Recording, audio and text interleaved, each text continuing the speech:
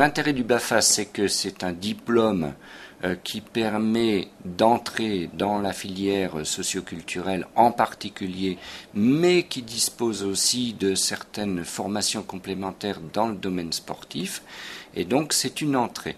Maintenant, c'est un diplôme qui n'est pas professionnalisant, donc un certain nombre de diplômes professionnalisants permettent de répondre mieux, dans certains cas, à la carrière des jeunes qui sont intéressés, mais là, il y a une entrée qui compte pour les 2/3 dans l'intérêt des jeunes.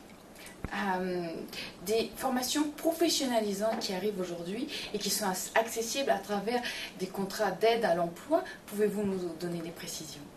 Alors, les contrats d'aide à l'emploi qui existent depuis au moins une trentaine d'années ont toujours relancé les formations, et en particulier les formations professionnelles. Donc c'est vrai que le BAPAT, le brevet d'aptitude professionnelle à l'assistanat de l'animateur technicien, ou le brevet professionnel GEPS, c'est-à-dire Jeunesse, Éducation Populaire et Sport, permettent aussi d'encadrer des centres de vacances, autrefois appelés comme ça, qui sont appelés accueil collectif de mineurs à l'heure actuelle. Donc il est plus intéressant, si on comprend bien, de passer par ces formations professionnalisantes.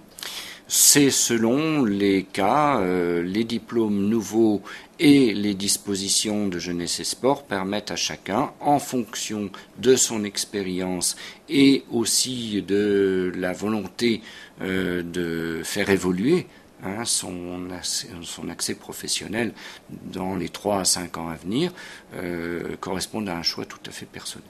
Est-ce que le BAPAT, justement, c'est quelque chose de nouveau ou ça fait un moment que c'est mis en place? Le BAPAT était assez ancien, c'est dans les années 83-86, si mes souvenirs sont bons, qu'il a été mis en place. Donc il correspond à des options comme loisirs du jeune et de l'enfant, loisirs de pleine nature, etc.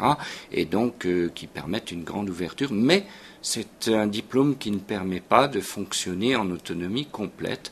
Les animateurs doivent être sous la tutelle d'un animateur professionnel diplômé de niveau supérieur. Un certain nombre de candidats, même en disposant d'un diplôme scolaire de niveau supérieur, reviennent vers ces diplômes pour rentrer dans la filière, parce que nous sommes dans des formations professionnelles de praticiens, et donc c'est des pratiques d'animation culturelle ou ce sont des pratiques sportives, et là nous ne sommes pas uniquement dans le domaine scolaire, donc les échelles sont ouvertes chez nous.